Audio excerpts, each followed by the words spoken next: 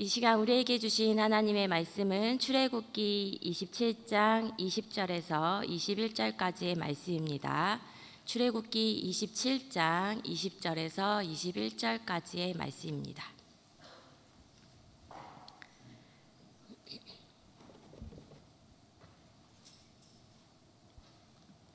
출애굽기 27장 20절에서 21절까지의 말씀을 저와 여러분이 함께 합독하도록 하겠습니다.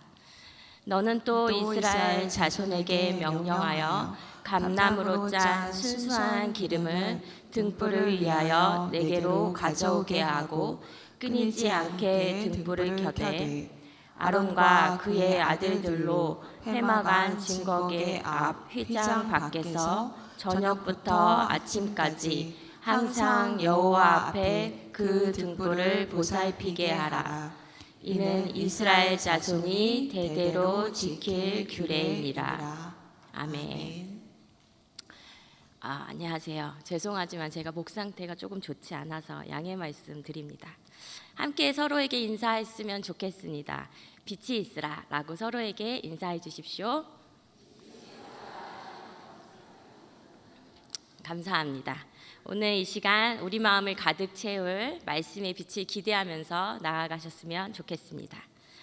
오늘 말씀은 출애굽기 27장 끝부분의 말씀입니다.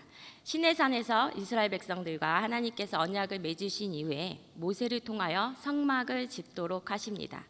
26장에서 성막을 짓고요. 그리고 27장에 성막들과 그 기구들을 만들라고 명하십니다. 그리고 28장에 제사장들이 입는 특별한 옷을 만들라고 말씀하시고 29장에 제사장 직분을 위임하십니다. 그런데요, 이 제사장의 옷을 만들어 제사장들을 백성들 앞에 세우기 전에 27장 끝부분에 제사장들이 꼭 해야 할 일에 대해서 그 어떤 일보다도 가장 먼저 알려주신 말씀이 오늘의 말씀입니다. 그런 의미로 20절의 말씀 한 번 더 살펴보았으면 좋겠습니다. 제가 읽겠습니다. 너는 또 이스라엘 자손에게 명령하여 감람으로 짠 순수한 기름을 등불을 위하여 내게로 가져오게 하고 끊이지 않게 등불을 켜되. 아멘. 제사장들이 꼭 지켜야 하는 일, 그것은 바로 성소 안의 등불을 보살피는 것이었습니다. 등불은 성막 안에 있는 금등대, 곧 7촛대, 7등잔이 있는 촛대를 가리킵니다. 그리고 여기서 보살피게 하라라는 것은 정리하다, 순서를 맞춰서 놓다 뜻으로 기름을 준비하고 심지를 정리하고 그리고 등에 불을 켜는 일, 이것들을 질서 있게 준비하며 점검하는 행동을 말합니다. 왜 제사장들이 이 등불을 보살펴서 끊이지 않게 켜두어야 했을까요? 일단 성막 안에는 창문이 없습니다. 빛은 오직 이 등대에서만 나왔습니다. 성막 안에서 제사장이 해야 할 일들이 있었는데 그 일들을 하기 위해서는 등불을 켜는 것은 어떻게 보면 가장 당연하고 먼저 되는 순서의 일이었습니다.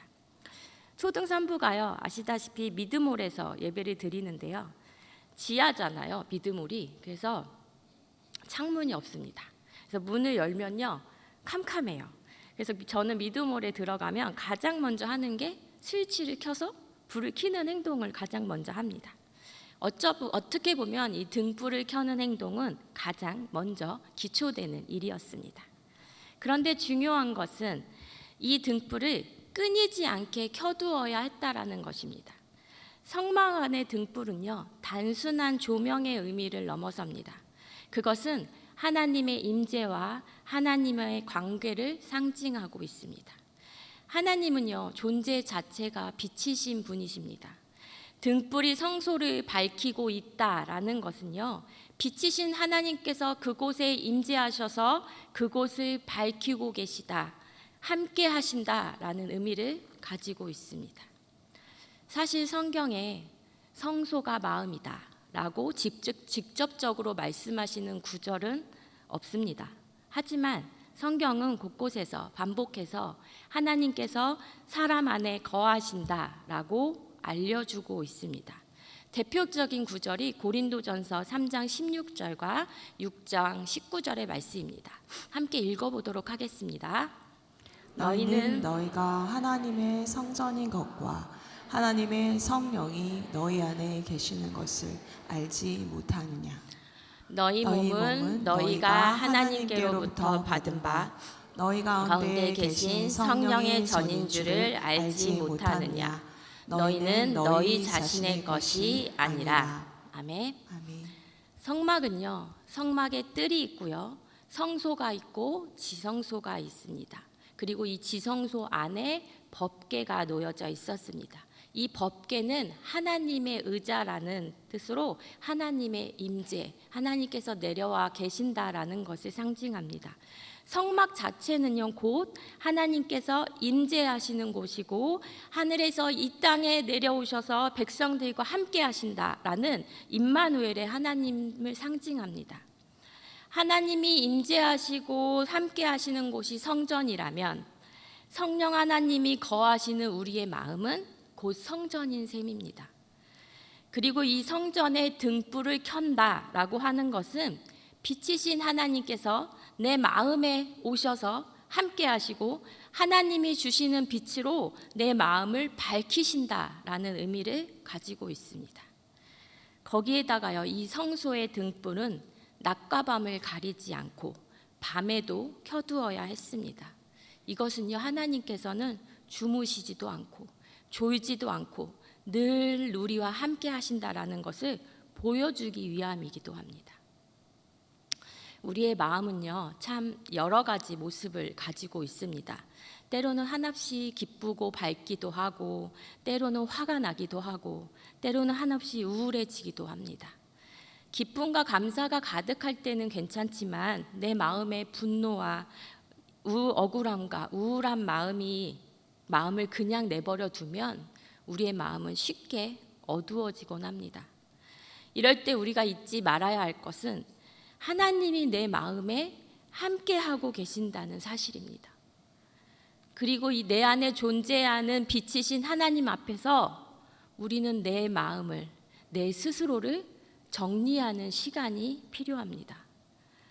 마음의 분노를 정리하고, 비교하는 시선들을 정리하고, 낙심을 정리하고, 상처를 하나님께 가져가야 합니다. 제가 한번 말씀드린 적이 있었는데, 저희 아버지께서는 서울에 위치한 작은 교회를 담임하고 계셨습니다. 저는 목회자로서 저희 아버님을 참 존경합니다. 하나님 앞에서 진실하시려고 노력하셨고 성실히 목회하셨습니다.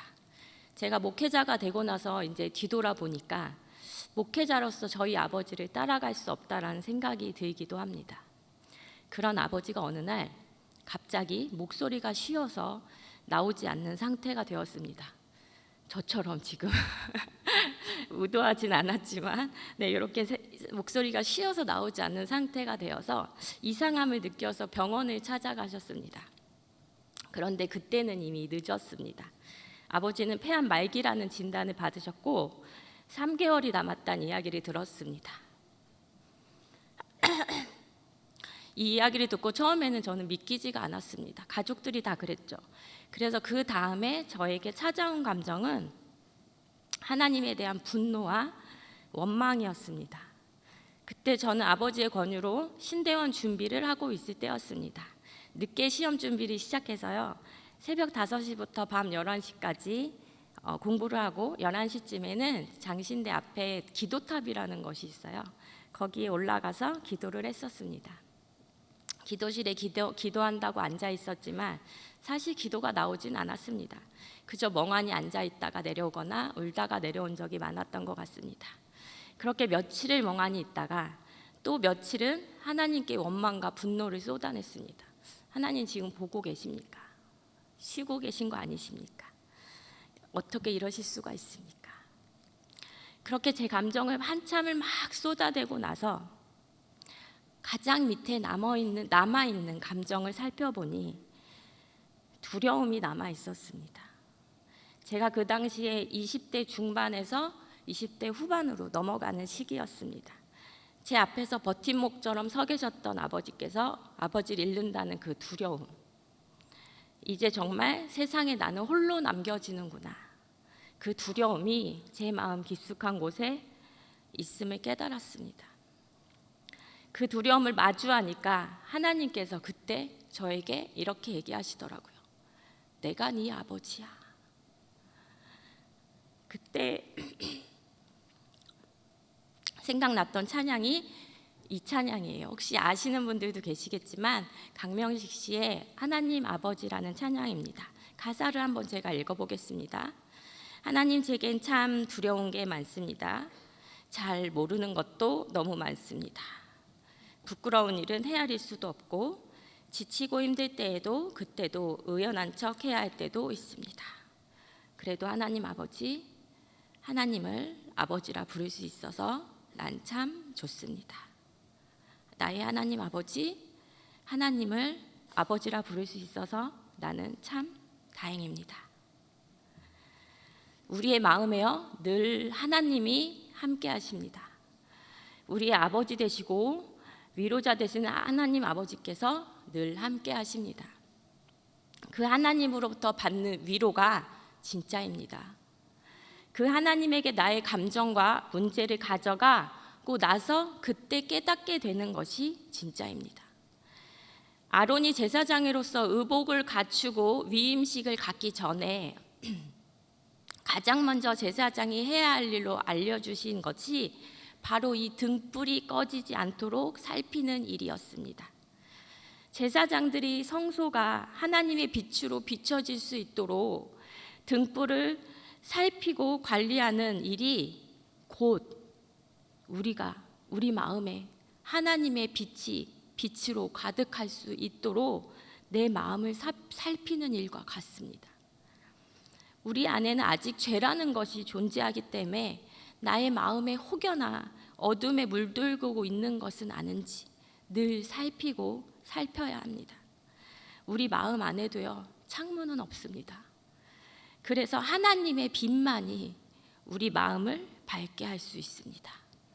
그러기에 내 마음에 하나님의 빛이 밝게 빛나고 있는지 우리는 늘 살펴야 합니다. 그리고 내 마음의 등불은 오직 하나님뿐이심을 늘 기억해야 합니다. 우리를 살리고 우리를 빛나게 하는 분 오직 하나님이심을 잊지 않으시기 바랍니다. 그렇다면 이 제사장은 이 등불 살피는 일을 언제 했을까요? 21절 말씀입니다. 함께 읽겠습니다. 아론과 그의 아들들로 회막한 증거계 앞 휘장 밖에서 저녁부터 아침까지 항상 여호와 앞에 그 등불을 보살피게 하라. 이는 이스라엘 자손이 대대로 지킬 규례이니라. 아멘.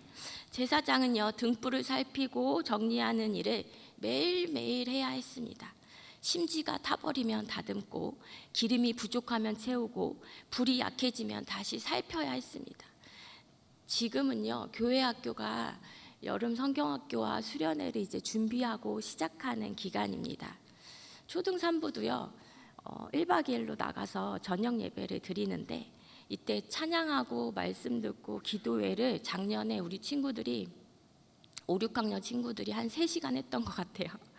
그래서 그 시간 동안에 주일날 교회에서는 박수도 잘 안 치고 찬양도 잘 안 하던 친구가 그곳에서 뛰면서 찬양하고 울면서 기도하고 고사리 같은 손으로 친구들과 선생님 몸에 손을 얹고 기도하는 그런 일들이 일어납니다. 그런 친구들에게 수련회를 마치면서 제가 해주는 이야기가 있어요. 뭐라고 하냐면, 얘들아, 이제 진짜 시작이야. 이제 진짜 지금부터가 수련회야 라고 이야기를 해줍니다. 그때만 정말 은혜의 시간에만 반짝 타올라서 기도한다고 내 안에 계속해서 하나님의 빛이 타오르는 것은 아닙니다. 내 안에 은혜가, 기쁨이, 감사가 지속될 수 있도록 우리는 매일매일 내 마음을 살피고 관리하는 것이 필요합니다. 제가요, 독서에 관한 책을 읽었었는데요, 그 책에서 제가 배운 것이 있어요. 여러분, 책을 좋아하는 사람의 반대가 무엇인지 아십니까? 책을 안 좋아한다라고 생각하시잖아요. 그 책에서 이렇게 얘기해 줬어요. 책을 좋아하는 사람의 반대는 책을 싫어하는 사람이 아니라 책을 좋아했던 사람이다 라고 알려주더라고요. 저는 이것이 믿음에도 동일하게 적용될 수 있다고 생각합니다. 믿음이 좋은 사람의 반대는 믿음이 안 좋은 사람이 아니라 믿음이 좋았었던 사람입니다. 그래서요, 우리는 지금이 중요합니다. 내가 지금 믿음의 사람인가? 내가 지금 예수님의 제자일까? 내가 지금 성령 충만한가? 내 마음이 지금 괜찮은가? 그래서 오늘 말씀 제목이 마음 안녕입니다. 몸의 건강처럼 내 마음도 지금 건강한지, 하나님의 관계 안에서 내 마음이 지금 평안을 누리고 있는지 내 마음의 안녕을 살피길 바라는 마음에서였습니다. 신앙은요, 한 번의 결심보다는 매일의 관리가 더 중요합니다. 하나님은 하루 반짝 뜨겁고 금방 식어버리는 신앙보다 작더라도 계속 타오르는 신앙을 원하십니다. 제사장들의 이 직무도 매일매일의 직무였습니다. 매일매일 하려니 큰일도 아닌 것 같고 귀찮기도 하고, 같은 일을 하려니 죄송합니다. 지루했을지도 모릅니다.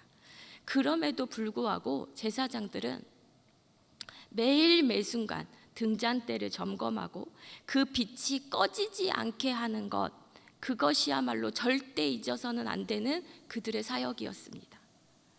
매일 내가 하나님 앞에 서 있는 것을 점검하는 것과 내 마음의 건강 상태를 체크하는 것이 내 눈앞에 산재되어 있는 많은 일들에 비해 덜 중요하다고 생각될 수 있습니다. 아니요. 매일 내 마음의 안녕을 살피는 것이야말로 하나님과 깊이 교제하는 시간이고요. 하나님이 주시는 진짜 은혜와 위로를 누리는 시간입니다.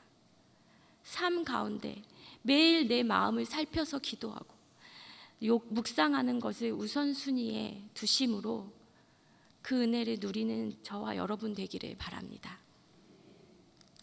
이 등불은요, 성소 앞에서 항상 켜져 있어야 했습니다.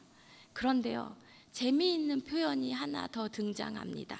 21절 말씀 함께 읽겠습니다. 아론과 그의 아들들로 회막안 증거계 앞 회장 밖에서 저녁부터 아침까지 항상 여호와 앞에 그 등불을 보살피게 하라. 이는 이스라엘 자손이 대대로 지킬 규례이니라. 아멘.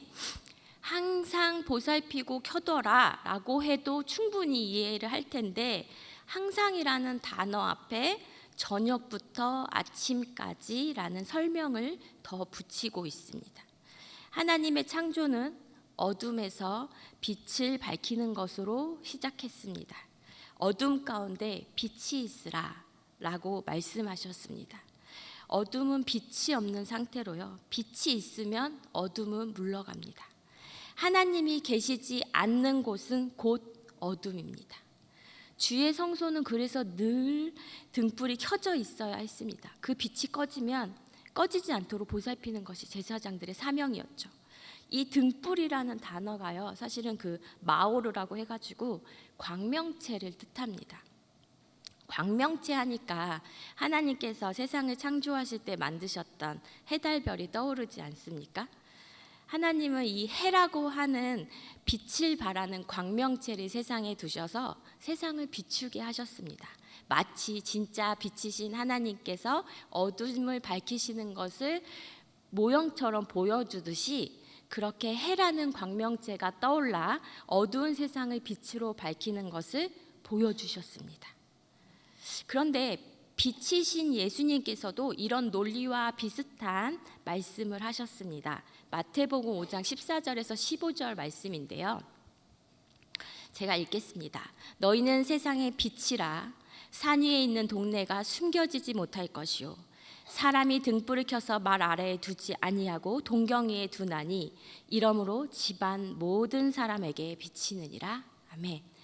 빛이신 예수님께서 제자들에게 너희는 세상의 빛이라 라고 선언하십니다. 그러면서 이어서 말씀하시기를 이같이 너희 빛이 사람 앞에 비치게 하여 그들로 너희 착한 행실을 보고 하늘에 계신 너희 아버지께 영광을 돌리게 하라. 아멘. 우리의 정체성은요, 바로 이 광명체이자 세상의 빛입니다. 내 마음을 비추시는 그 하나님의 은혜와 위로함을 동력으로 그것을 내가 먼저 받아서 이제는 내가 어두운 세상에 빛을 발하는 존재가 되어야 합니다. 내 힘으로는 할 수 없죠. 우리는 스스로 빛날 수 있는 존재가 아니니까요. 그러나 하나님이 주시는 빛을 받으면 우리는 빛날 수 있습니다.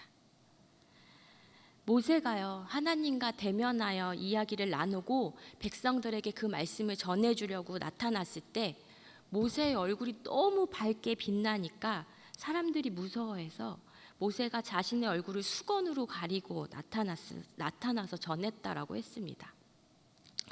빛이신 하나님을 만나면요, 우리도 이렇게 빛을 낼 수 있습니다. 그러나 하나님으로부터 멀어지면 그 빛은 곧 사라집니다. 그래서요, 우리는 날마다 빛이신 하나님을 만나고 하나님으로부터 빛을 받아야 하는 사람들입니다. 그리고 우리도 저녁부터 아침까지 저녁의 어두움을 빛으로 밀어내고 밝은 아침을 맞이하듯이 그렇게 어두움 가운데 빛나는 사람들이어야 합니다. 하나님 닮은 우리의 착한 행실을 보고 사람들이 하나님을 찬양할 수 있도록, 그렇게 말이죠. 제가 오늘 말씀을 묵상하면서 계속해서 드는 생각이 있었습니다. 왜 등불을 관리하는 이 중요한 일을 모세한테 하라고 하지 않으시고 아론에게 하라고 시키셨을까? 하나님께서 등불을 준비하고 정리하라는 이 명령을 분명 모세를 통해 주셨습니다. 그런데 실제로 등불을 관리하고 꺼지지 않게 지키는 책임은 아론과 그의 자손들 제사장들에게 있었습니다.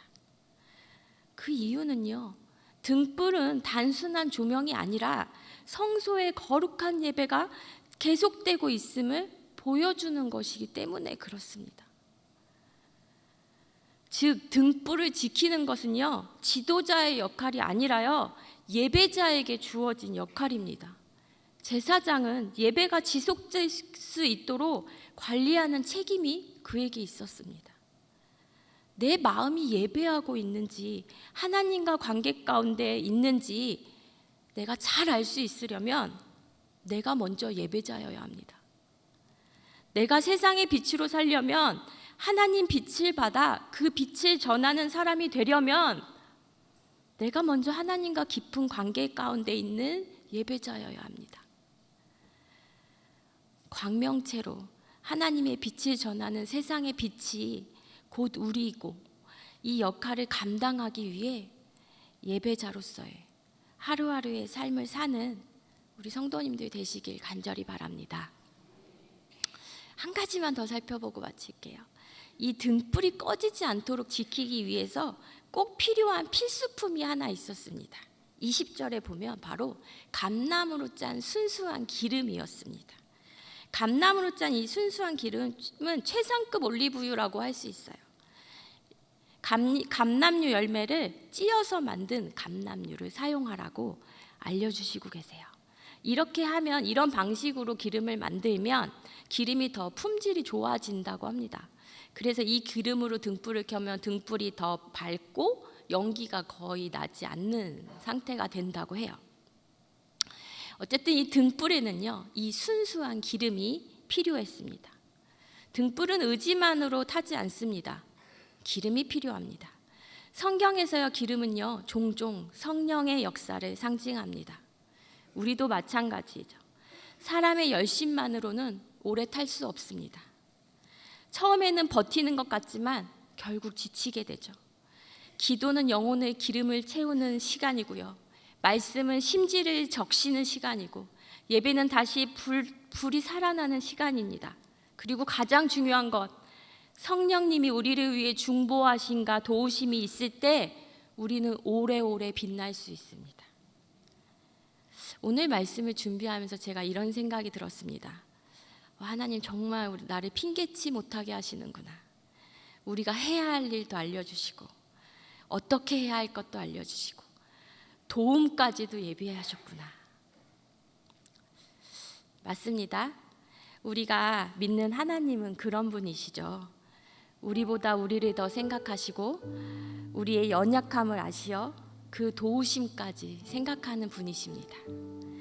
제사장들에게 주어진 이 등불을 지키고 보살피는 사역은 예배자인 우리 모두가 해야 하는 사역입니다. 성소를 등불로 비추는 것이 하나님의 빛으로 밝히고 함께 하신 하나님을 기억하는 의미인 것처럼 우리도 우리의 마음을 살펴서 하나님의 임재하심과 위로하심을 경험해야 합니다. 그리고 이것을 단번 그냥 한 번만으로 마치는 것이 아니라 매일매일 나의 마음을 살펴야 합니다. 또한 이 등불이 하나님을 상징하듯이 우리 또한 광명체로 세상의 빛으로 불러주셨으니 그 정체성에 맞게 하나님의 빛을 보여주는 예배자의 삶을 살아야 합니다. 이를 위해 이미 성령 하나님이 우리와 함께 하시며 우리를 돕고 계십니다. 그러니 임마누엘 하나님과 함께 몸과 마음이 평안을 누리는 우리의 하루하루가 되기를 간절히 소망합니다.